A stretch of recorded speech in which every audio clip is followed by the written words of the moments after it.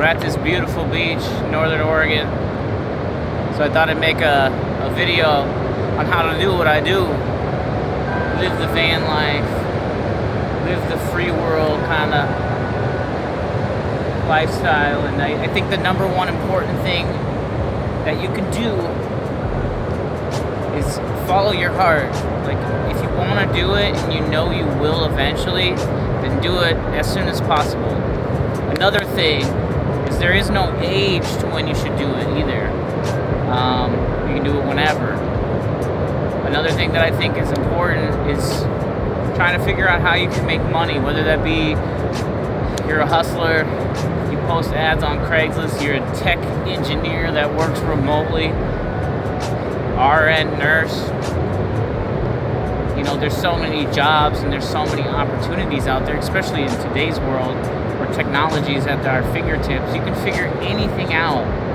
So why should that make you feel scared? Literally the first time I went out on the road, I had $250 to my name, and the night before I hit the road, Amazon Prime pulled out of my account. So I left South Dakota heading for Oregon with like $150 to my name. And my mom gave me a little gas money, but that got me to like the edge of South Dakota. Another thing too I would recommend is getting external power in your vehicle. It's really easy for you to plug in solar panels, charge your phone without the key turn. So, you know, you can sit there and charge your things like your cell phone, your camera battery, because when you get out here, your phone dies so fast. You're like taking pictures of rocks, insects, sky, people. It's amazing, and your phone dies, and there needs to be a setup in your vehicle that allows you to document and also be safe on where you are, because one, there's no service out here, and two, your phone dies really quickly and it's hard to find out where you are or even how to get out of a spot if you don't have any battery life. So it's important to always be charging up in your vehicle. Another helpful tip that I recommend is honestly getting a dog. So, or any type of road companion, whether that be a partner, an animal. Dogs and cats, I've seen it all. I think it's really important though because it allows you to slow down. And when you slow down and have something to laugh at and enjoy things with, it really allows you to be comfortable and live in the moment. And if there's anything that the universe tells you, it's live in the moment, slow down. There's so many things that I learned the first time I traveled compared to the second time I traveled. And that all comes down to honestly just having the right things in your car that make it a lot easier. Another thing that I recommend, at least for me and my lifestyle, I don't even use it, but it's super nice to have a sink basin in my vehicle. So I have a fresh and gray water setup in my van. It's tight, but I do it. And that allows me to have like 1 or 5 dishes and dish type of utensils, but be able to use it where I'm not spending money on fast food. Fast food adds up, it's bad for your health. If you can optimize that, then you save a ton of money. So here's one tip that I learned. French presses are garbage. Anyone that tells you that a French press is awesome is lying, especially if they are in the van life community, because French presses do not clean up well. I recommend pour over, because you can pour over as much coffee as you need and not have a container. So I fold up a coffee filter and put in a pour it over, drink my coffee, save $4 a day. Depending on where you go, it's at least $3 in most places. And then a tip. But that saves you a ton of money. And also another thing that I would recommend is you can either do the cooler lifestyle or you can do the electric power like vehicle 12-volt refrigerators, which are kind of expensive, especially if you get into like the high-tech Dometic. I just have a Coleman 12-volt cooler. I honestly keep like lunch meat and weird stuff like yogurt, eggs, vegetables in leftovers, and then I have a switch so when I'm driving I can turn it on and my vehicle is charging my auxiliary battery with the vehicle running. Now you're probably wondering, how do you charge the auxiliary battery in your vehicle?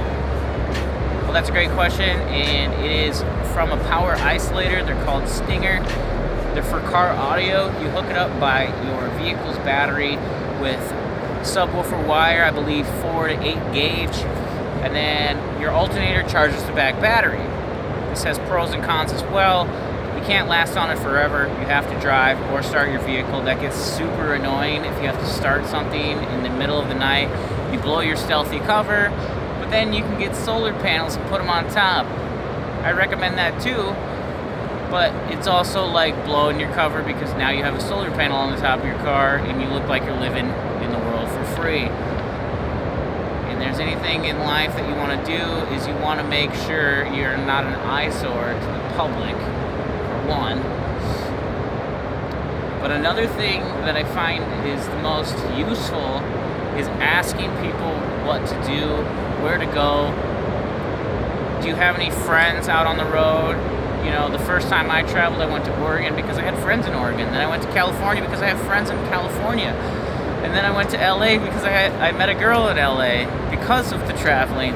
And then I met somebody in Oregon that I met up with later in Utah. And like I did this entire like 10,000 mile loop because I knew people. And it saved me a ton of money. It gives you a safe place to park. That's a no-brainer, but I feel like you kind of forget about people that live in certain places. Even if you don't want to park there, you have somebody to hang out with, because even if somebody invites me into their house, I will say, no thank you, I'll sleep in my van. And it's kind of like the expression, don't shit where you eat. It's like, don't sleep where you have things, you know, like friendships or things that provide you security. The most important questions that everyone asks: where do you sleep? And that's a great question. I typically sleep like behind a lot of buildings. Kind of depends. Like, is there a lot of traffic? Because tourism is an eyesore. You don't want to be camping where there's other vans. You don't want to be camping where there's RVs, because then now your not so stealthy vehicle looks really obvious when it's parked to a 30-foot RV that's been there for 2 months. That just gives you a peace of mind before you go to bed. Another thing is, how do you make money? There's tons of ways you can make money online. You can walk people's dogs. You can do real estate photography. You can do job gigs on Craigslist. You can literally sit on the corner and sell artwork to tourists. Now, I personally haven't done that, but that's something I've always been wanting to try to do. Not only does that help your businesses to get reoccurring sales, but you can sit there and sell coastal prints of the place that you're sitting at. I don't know, get creative. Well, the sun is going down and it is getting a little cold. Roscoe is still looking for the perfect stick. But man, what a beautiful sunset. I thought I'd share a few little tips and tricks for you guys. I mean, it's hard to get into this lifestyle. It's hard to get out of it as well. You know, there's a lot of uncertainties. What happens when I don't have a job? What happens when I need to find a job and I have a gap in my history? The best thing that I can say is just be honest. Be honest with yourself. Life is so beautiful and so fragile. Honestly, if you tell the CEO of a damn tech company that you traveled in a van for 2 years with nothing, it's pretty admirable in my opinion. And I think that anybody can do that. Everybody finds their own tribe too. Don't feel like you're not going to meet anybody, because it is lonely. That's another thing, man. It's like the loneliness is real. When you're sitting out looking out into the void of the horizon and you're sitting by yourself, there's no other person I'd rather be with than with myself. It's cleansing.